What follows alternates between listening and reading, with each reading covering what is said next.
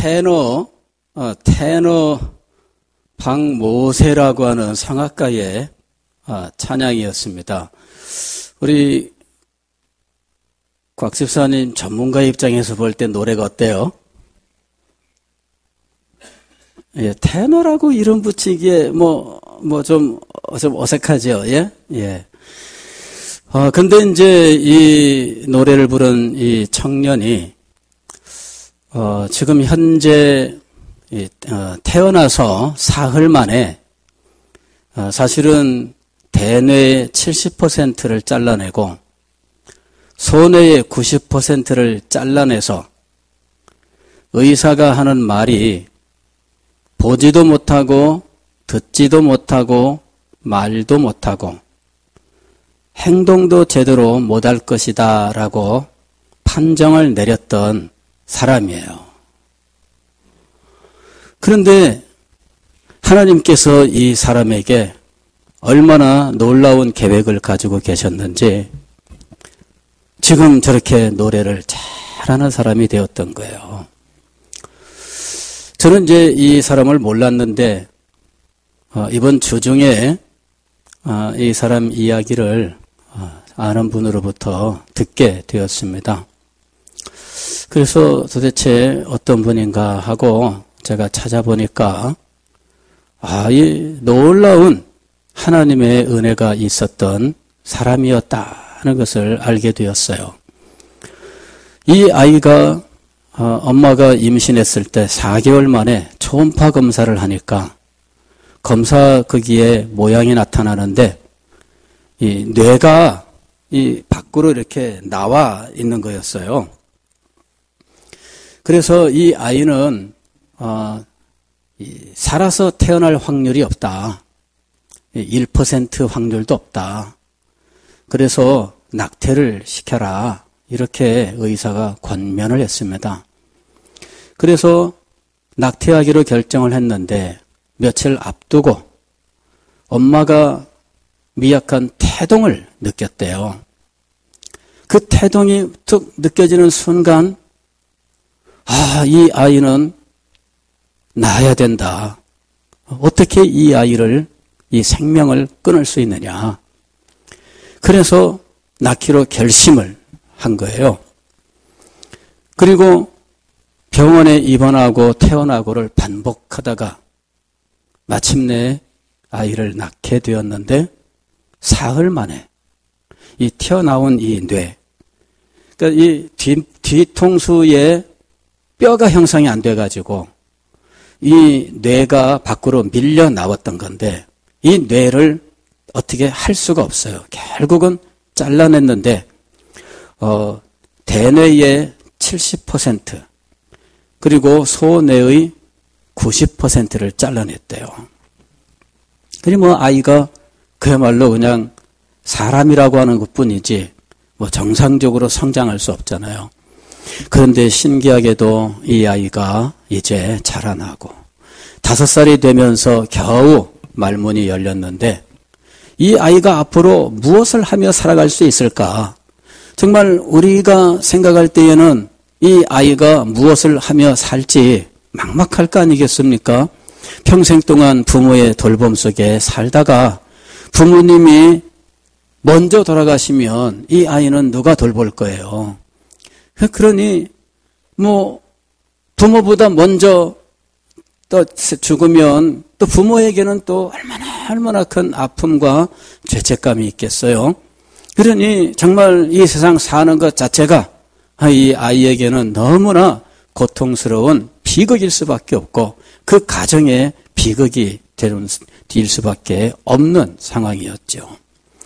그런데 이 아이를 이제 교회에서 행하는 선교원에 보냈는데 이 아이가 선교원에 다니다가 연말에 발표회를 하는데 그때 이 아이가 노래를 따라하더래요.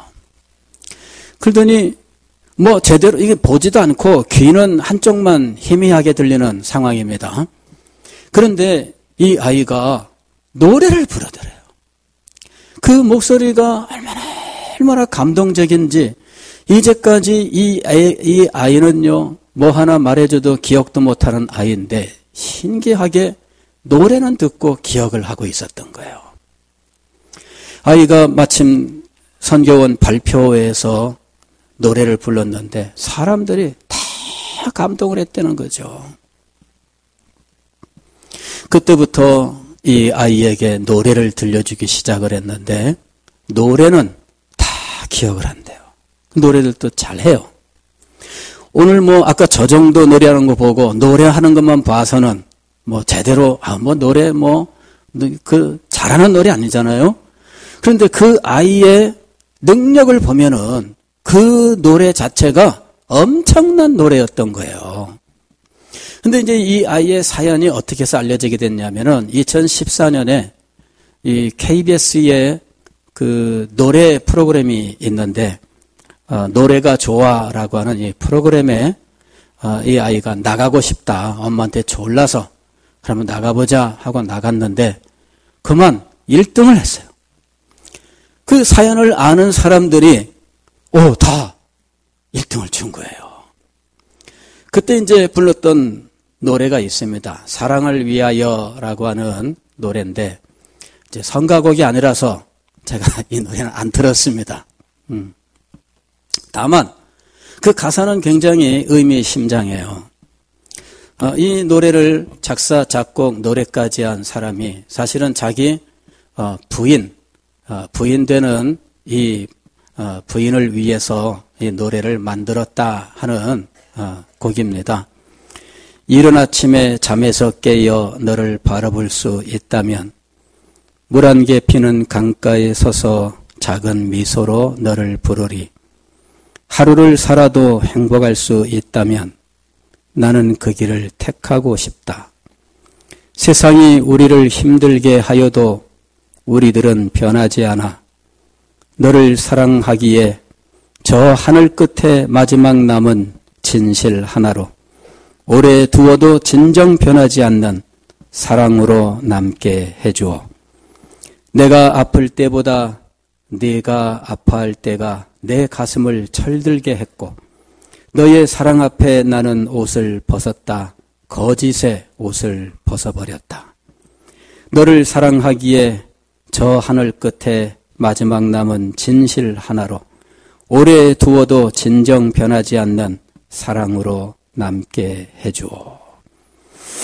굉장히 그 의미심장해요. 애인 사이에 불러주면은 아마 감동할 만한 노래라고 보는데 이 노래를 박모세가 엄마랑 함께 서서 불렀던 거죠. 근데 참 이게 또 이 모세의 상황을 생각하면서 이 아이가 정말 그 장애를 안고 사람 구실이나 할 수 있을까? 모든 사람에게 짐만 되고 부모에게는 말할 수 없는 고통이 되는 이런 존재일 수밖에 없는 줄 알았는데 자, 그런 상황에서 얼마나 고통스럽게 이 아이를 키웠겠어요. 그런데 이상하지요. 그렇게 고통스럽고 힘든 사람은 왜 또 가난하기까지 해요?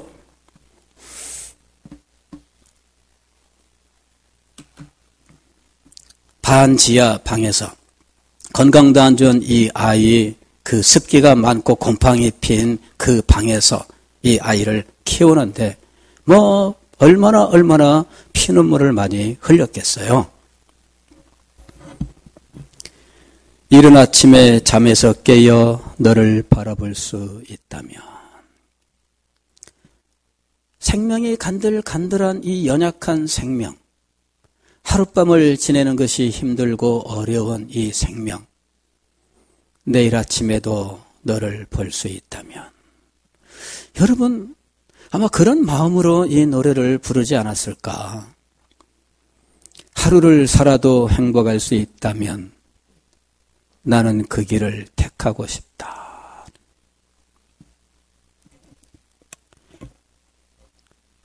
하루하루가 고통이고 하루하루가 눈물인 상황이라면 하루를 살아도 행복할 수 있다면 이런 소망을 가질 것 같아요. 나는 그 길을 택하고 싶다. 내가 아플 때보다 내가 아파할 때가 내 가슴을 철들게 했고 너의 사랑 앞에 나는 옷을 벗었다. 거짓의 옷을 벗어버렸다. 저는 이제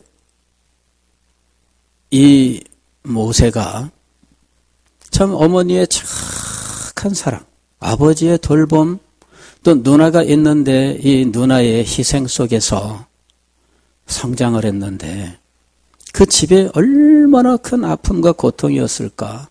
그 누나가 이제 엄마 아버지를 얘한테 24시간 뺏기니까 누나가 뭐 1살인가 2살 위인데 자기는 외갓집에 가서 살고 이제 전전하는 거죠.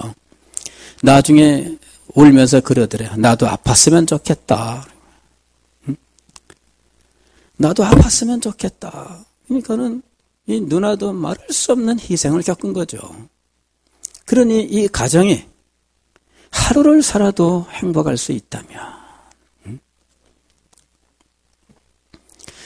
제가 이제 이 사연을 찾아보고 또 이 노래도 한번 찾아서 난 이 가사들을 생각을 해보고 느껴보고 그러면서 야 정말 이 아픔 속에서 이 사람들이 어떻게 살 수 있었을까? 믿음과 사랑이었다는 거죠. 네. 믿음과 사랑.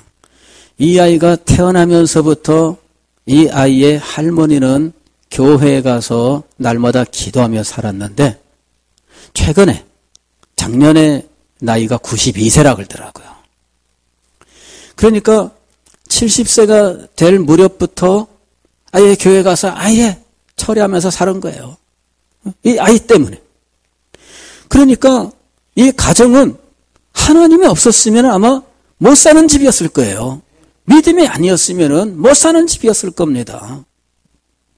그리고 그 믿음으로 이 아이를 사랑하고 가족들이 사랑으로 하나가 됐기 때문에 그 어려움을 이겨낼 수 있었고 하나님께서는 이 아이에게 특별한 뜻을 가지고 그 삶을 인도해 오신 것이다 라고 생각합니다. 그런데 저는 이번 주에 전할 메시지가 타락의 비참한 결과였어요. 말씀을 묵상하면서 이 사연을 생각하면서 문득 이 모든 아픔과 이 모든 비극의 원인이 인간의 타락의 결과구나 하는 사실을 알게 된 거예요. 그냥 이 사람의 사연에 그냥 마음을 뺏기고 그냥 눈물을 흘리고 하는 것이 아니라 이런 모든 비극의 원인이 인간의 타락에 있었다는 거죠. 인간이 하나님과 맺은 이 행위 언약을 외면하고 그 언약에서 엄정하게 명한 그 명령을 거역하고 그냥 언약을 깨뜨려 버린 결과 정령 죽으리라 말씀하셨던 이 비극이 임했는데 오늘 우리가 읽은 성경 말씀은 하나님께서 언약을 어긴 사람들 아담과 하와에 대해서 정죄하시고 저주하시는 장면이에요. 이걸 보게 되면 이 모든 비극의 원인을 우리가 알 수 있습니다. 인간은 하나님의 축복을 받은 존재였습니다. 인간은 하나님께서 행복하게 창조하신 존재였습니다. 인간은 에덴 동산에 특별한 하나님의 사랑으로 살게 지음받은 존재였어요. 에덴이라고 하는 이 말의 의미는 기쁨이라고 말씀을 드렸죠. 에덴 동산이란 기쁨의 동산이란 뜻인데 이는 행복한 동산이란 의미입니다. 하나님께서 그들을 행복한 존재로 창조하시고 행복의 동산에 두시고 그들은 하나님 안에서 행복한 삶을 살게 하시고 그 행복이 영원한 행복이 되도록 하나님께서는 행위 언약을 그들에게 허락해 주셨던 겁니다. 그런데 이런 모든 축복이 그만 저주로 변하는 사건이 일어났습니다. 하나님께서 축복하신 이 땅이 저주의 땅으로 변해버리고 말았습니다. 가시던 물과 엉겅퀴가 무성하게 되었습니다. 사람이 땀 흘려 노력하지 않으면 이 채소나 과일이나 이런 것들을 내지 않아요. 텃밭이라도 갖고 본 분들은 다 아실 겁니다. 하루만 나가지 않아도 이런저런 잡초가 불쑥불쑥 솟아나오고 일주일을 가지 않으면은 내가 뿌려놓은 이 채소보다 잡초가 더 많고 2주일을 안 가면 손대지 않으면 그곳에는 이미 잡초만 무성한 상황이 되어버리는 거죠. 농사란 게 그런 겁니다. 사람이 가서 땀을 흘리고 하루 종일 허리가 끊어져라, 무릎이 그냥 주저앉을수라 그렇게 노력하고 힘쓰고 애써야 겨우 채소와 열매를 내는 것이 이 땅의 모습이 되어버리고 말았던 거예요. 땅의 축복이 저주로 변해버렸습니다. 여자에게는 해산의 축복을 주셨습니다. 생육하고 번성하여 땅에 충만하라 말씀하셨는데 이 해산의 축복이 이제는 저주가 되어서 해산의 고통이 되어버리고 말았습니다. 최근에는 무통분만 이런 일들도 있습니다만은 인류 역사의 대부분의 시간 동안 여성들은 이 출산의 고통과 출산의 저주 속에서 얼마나 많은 아픔과 어려움을 겪었나 몰라요.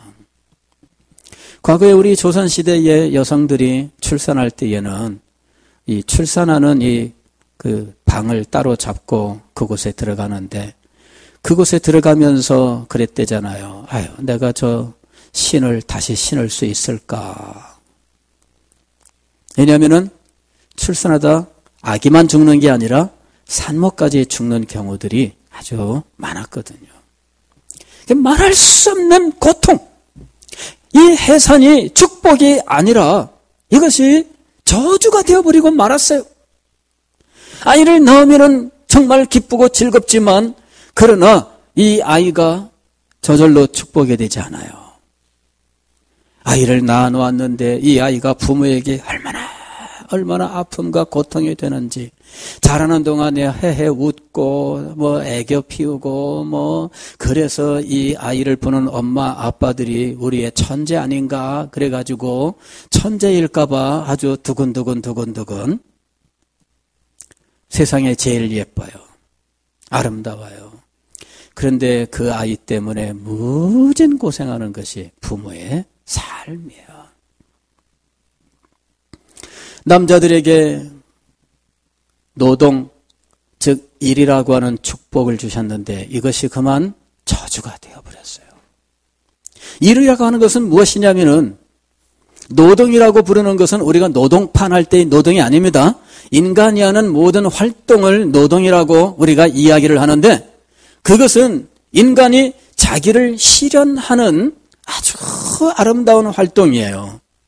그의 지혜를 동원하고 그의 감성을 동원하고 그의 솜씨를 동원해서 이 일들을 하게 되어 있습니다. 그리고 그 일을 진행하는 동안에 인간의 마음에는 기쁨이 오고 그 일을 완성하면 말할 수 없는 만족감이 오면서 그 일의 결과가 그에게 놀라운 역사를 하는 것이 노동이라고 하는 거예요.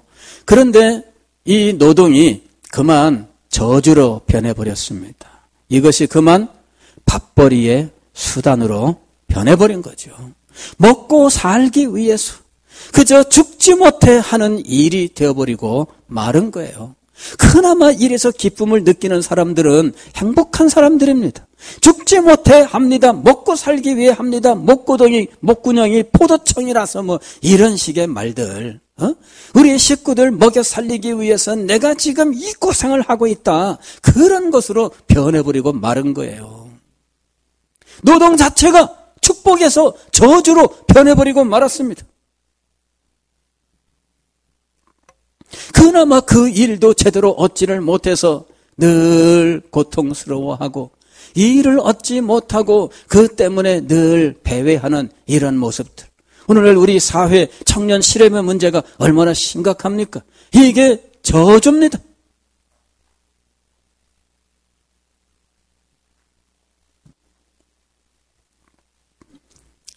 관계의 축복이 저주로 변해버렸어요.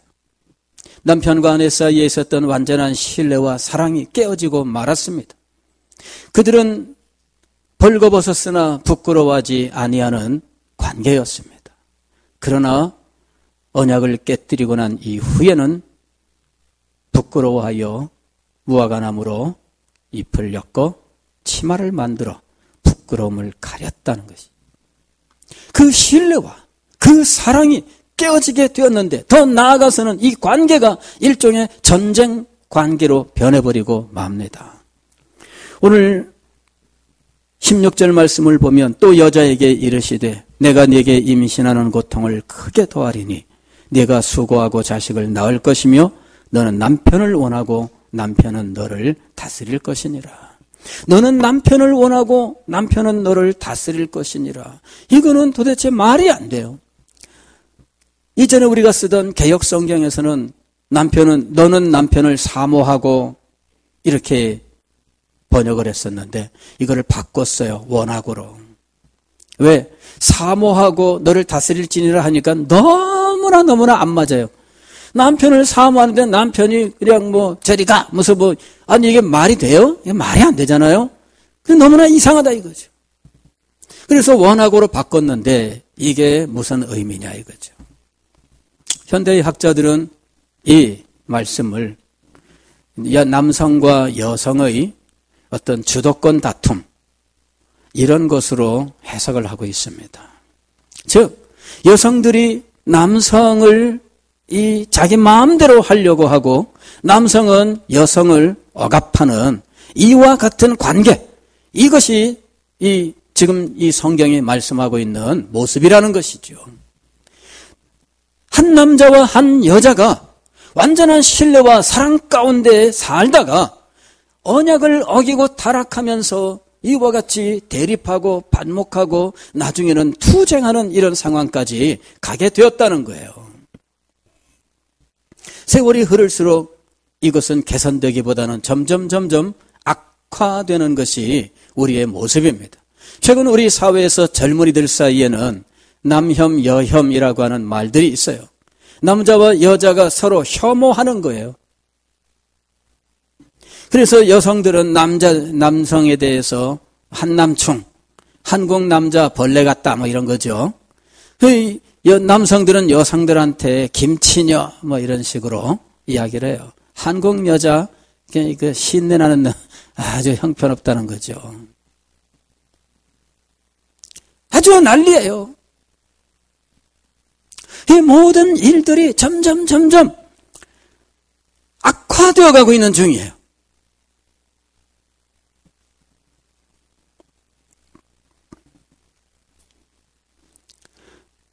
생명이 죽음으로, 생명의 축복이 저주의 죽음으로 변해버렸어요. 오늘 여기 19절 말씀 보면은 너는 흙이니 흙으로 돌아갈 것이니라. 하나님께서 흙으로 사람을 빚으시고 그 코에 생기를 불어 넣으시니 그가 산 존재가 되었습니다. 그러나 이제 타락의 결과 그는 흙으로 돌아가는 거예요. 생명의 축복이 저주의 죽음으로 변해버렸어요. 그리고 그에게는 생명나무로 접근하는 것이 차단이 됩니다. 에덴 동산에서 쫓아내시면서 생명나무의 열매를 따먹을 까노라 불칼과 이것을 둘러 이제 이 생명나무에 접근하지 못하도록 이제 천사가 지키게 되었습니다. 가장 결정적인 것은 하나님과 행복한 교제가 사라진 거예요. 아담과 하와가 이 선악을 알게 하는 나무의 실과를 따먹고 난 다음에 즉시 나타난 일이 있습니다. 어쩌면 그 순간 하나님께서 에덴 동산에 찾아오신 거예요. 그래 아담과 하와가 숲에 숨었어요. 하나님께서 부르십니다. 아담아 아담아 네가 어디 있느냐? 하나님 제가 벌거벗었으므로 부끄러워하고 두려워서 제가 숨었습니다. 부끄럽고 두렵고 하나님 앞에 나아가는데 두려움이 앞에 그를 붙잡고 있는 거예요. 그래서 부끄럽고 두려워서 하나님 앞에 나갈 수 없습니다. 여러분 죄를 짓고 우리는 피해 다니잖아요. 이 아담과 하와가 하나님의 낯을 피하였는데 그 후에 아담의 모든 후손들은 하나님을 피하는 존재가 된 겁니다. 행복하신 하나님과 행복한 교제 가운데에서 행복한 삶을 살게 되어 있었습니다. 이 삶을 지금까지 누렸습니다. 그리고 영원한 생명과 영원한 행복이 약속된 존재였습니다. 그러나 그들은 하나님을 바로 깨닫지 못하고 하나님의 그 영광을 바로 알지 못한 채 하나님과 같아지려고 하는 교만에 빠지고 하나님의 것을 자기의 것으로 취하고자 하는 탐욕에 빠지면서 그만 이 행위 언약을 어기고 선악과를 따먹게 된 것입니다. 그 결과는 정말 비참한 겁니다. 그 결과가 여러분 우리가 지금 겪고 있는 이 수없이 많은 이 불행의 모습으로 나타나고 있는 거예요. 사랑을 위하여 아까 노랫말을 제가 읽어드렸습니다마는 하루를 살아도 행복할 수 있다면 나는 그 길을 택하고 싶다. 우리 인생은 기본적으로 그 분위기가 행복이 아니에요. 우리 인생은 기본적인 그 인생의 전체 분위기랄까 그 색깔이랄까 여러분 이것은 수고와 슬픔입니다. 그리고 그 수고와 슬픔 속에 언뜻 기쁘고 행복했던 날들이 점점이 박혀 있는 거예요. 이것이 우리 인생의 본질입니다. 그러니 점점이 박혀 있는 그 순간들을 얼마나 소망했으면 하루를 살아도 행복할 수 있다면 나는 그 길을 택하고 싶다라고 노래를 했을까? 우리 인생의 본질이 바로 이것입니다. 그러나 하나님께서는 이 비참한 인생들에게 그 비참 속에서 멸망하도록 놓아두지 아니하시고 한 줄기 빛을 비추어 주셨습니다. 그것이 15절입니다. 내가 너로 여자와 원수가 되게 하고 네 후손도 여자의 후손과 원수가 되게 하리니 여자의 후손은 네 머리를 상하게 할 것이요 너는 그의 발꿈치를 상하게 할 것이니라.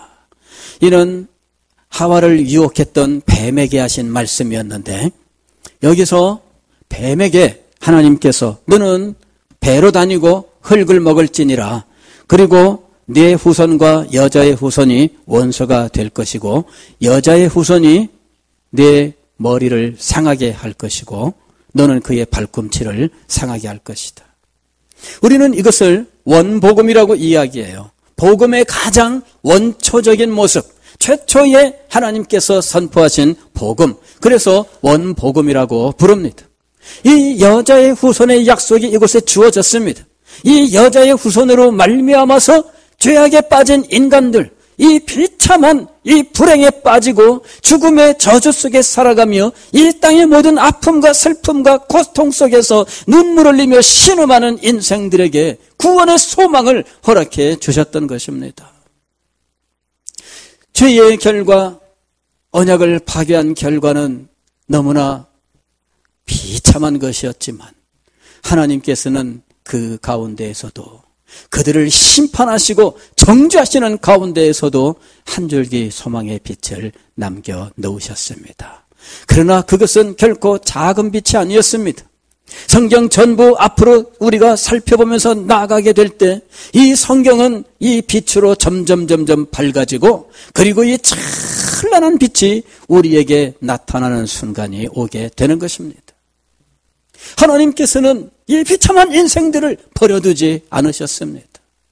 그 수고와 고통뿐인 그 삶 속에서도 믿음과 사랑으로 살게 하시고 하나님의 은혜를 체험하게 하시고 하나님의 구원을 경험하게 하시고 마침내는 하나님께서 인간이 잃어버렸던 그 영원한 생명과 영원한 행복을 다시 회복시켜 주실 것입니다. 그것은 한 줄기 빛으로부터 시작하는 것이었어요. 사랑하는 성도 여러분, 오늘 우리는 이 빛이 얼마나 소중한 빛인지 알기 위하여 우리에게 있는 타락의 결과 이 깊은 어두움을 알아야 됩니다. 이 속에서 절망하고 이 속에서 낙심하고 이 속에서 몸부림치는 인생들의 모습을 분명히 알아야 합니다. 그래야 하나님께서 비추어 주시는 한 줄기 빛을 발견할 수 있고 그 빛을 따라서 하나님 앞에 나아갈 수 있는 것입니다. 사랑하는 성도 여러분, 우리는 이 땅에 살면서 아직도 이 땅의 아픔과 고통을 다 벗어나지는 못했습니다. 그러나 하나님의 은혜가 우리에게 있습니다. 하나님의 구원의 역사가 우리에게 있습니다. 하나님께서 우리를 위해서 무슨 일을 행하셨는지, 독생자 예수 그리스도께서 우리를 위하여 무슨 일을 행하셨는지 우리가 더 깊이 공부를 해야 하겠습니다. 그리고 주님께서 주시는 은혜와 구원을 우리가 받고 우리 하나님을 찬양하며 그 참된 행복과 기쁨으로 살아가야 할 것입니다. 이 은혜, 이 행복으로 나아가는 여러분이 되시기를 주의 이름으로 축원합니다.